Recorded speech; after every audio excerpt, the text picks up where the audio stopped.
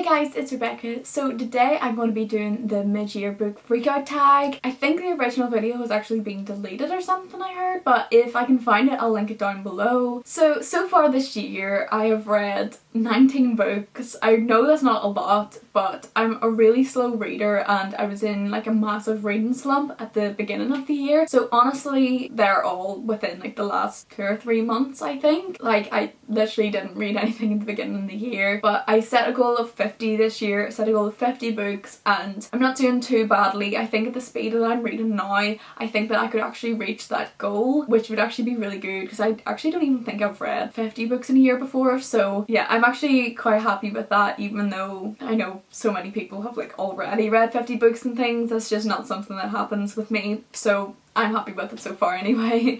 But anyway, let's just get right into talking about the books. So the first question is the best book that you read in 2020. Thinking about this, I've read some really good classics, like I loved Mrs. Dalloway and things by Virginia Woolf, but the book that I've enjoyed the most has to be Crown of Midnight by Sarah J Maas, the second book in the Throne of Glass series. I just had such a good time reading this book. I just enjoyed it so much. I just got so much like joy from it and it was just such an enjoyable reading experience, and I feel like I love all of the characters so much and I just enjoyed it so much, like more than I've enjoyed any book in a long time. I don't know what it is about this one specifically, but I just loved it so much. That's just like my answer to this one because I gave it 5 stars and I just loved it so much. I know it's like not like the best piece of literature in the world, but like it's still so enjoyable and I just love it so much. I love all of the characters with all of my heart.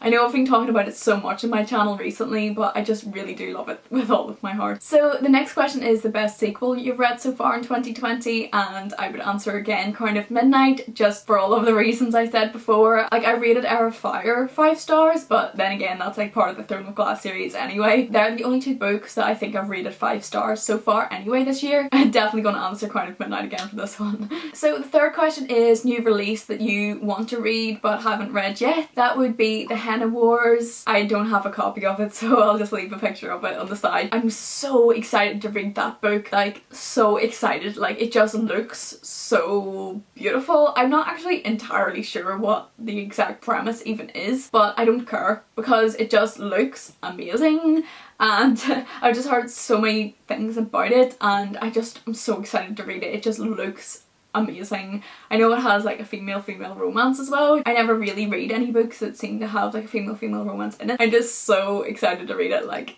so excited.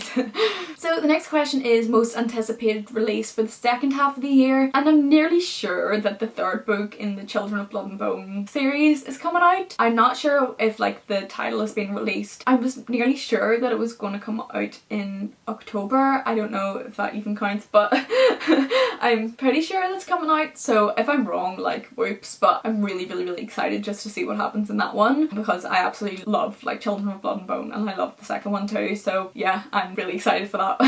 So the next question is biggest disappointment, and that would be Wildcard by Marie Lu. I really loved Warcross. I loved like the romance and everything between like Hideo and Amika and everything. I really loved that, but I just don't get why there was even a second book. Like I thought it was just going to be better than it was. It was just like quite boring, and I think that it all could have been condensed into one book. Plus I just hated the way it went. I hated the direction that the books took. I just think that Warcross should have ended differently. I think that's what like the problem I had with this book, because it really continued with that ending. Because I hated the ending and this book was all about that ending, and I just was like, no.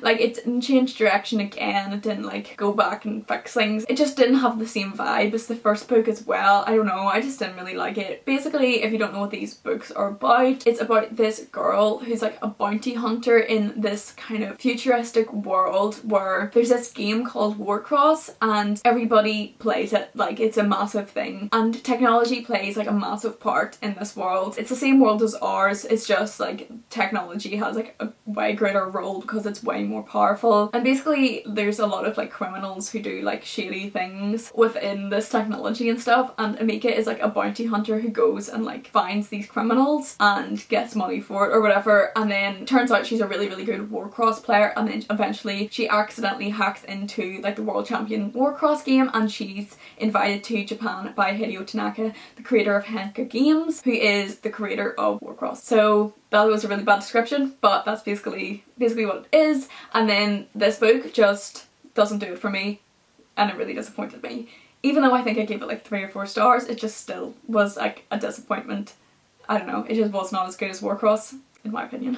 So the 6th question is biggest surprise, and I definitely have to answer Throne of Glass by Sarah J Maas for this. I loved Throne of Glass, I don't even have to say it anymore, everybody knows I loved it. I really wasn't expecting to, like I put off these books for so many years because I was like, ooh, like assassins, like that sounds cringy. I don't want to read about like this child assassin, like both just like 18, but like, I don't know, like an 18-year-old assassin, like I just was like, no, that just sounds ridiculous, I just don't want to read that. But then I read it and I loved it, and yeah, I don't have to say anything more. It surprised me so much how much I loved it. So the 7th question is favourite new author, and definitely Sarah J Maas. I'm not going to say anything more because I just keep going on and on about it, but definitely Sarah J Maas. I love her. So the next question is newest fictional crush, and I'm gonna have to say Rowan in Heir of Fire. I haven't read further, so I don't know anything more about him, but so far, oh my god, I just wish I was her. I just wish I was Selena so that I could have Rowan. Like I know like they haven't got together or anything,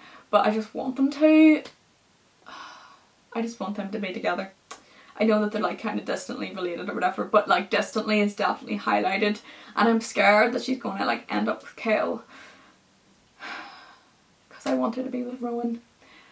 But then like if she doesn't get with Rowan then I can, so it's okay. So the next question again is definitely Sarah J Maas related, but my answer to my newest favourite character is Selena from Throne of Glass, like Selena Sardothian, Selena whatever, I don't know, I don't even know how to say her last name, but I love her and she's such a good like lead female character, and I hardly ever like female protagonists. I don't know, I just find that I like only whenever they're trying to be badass female characters, I feel like that's kind of overdone and like done in like a kind of stupid way, like trying to be like overly feminist by making them really aggressive and stuff, which just isn't what I like to see. Like she's done really well. I think Selena's just written so well, and I just love her as a character, which is like hardly ever something that I enjoy with that kind of female character. But Sarah J Maas I think does it really really well, and I love her so much. So the next question is a book that made you cry, and I'm just going to say Crown of Midnight because I did, and I know this video was just entirely about Crown of Midnight. So the next question is a book that made you happy, and for me that is Heir of Fire by Sarah J Maas. Okay, I finished this like a couple of days ago and it made me really happy reading this. Like I loved it so much. My phone's going off, but yeah, I loved it so much. There's nothing really else for me to say. So the next question is the most beautiful book that you've received or bought so far this year, and for me that has to be Children of Virtue and Vengeance by Tomi Adeyemi. Like this is beautiful, and I'm so happy I have it in hardback because I just find it absolutely beautiful, and I love this book so much. I really did. I gave it 4 stars, but I definitely loved it so much, and I have like the blue pages and all. It's just beautiful. I love it so much. It's so nice. My back just got like incredibly painful, so if I like I'm sitting really weirdly, it's because like my back is in severe pain and I have no idea why.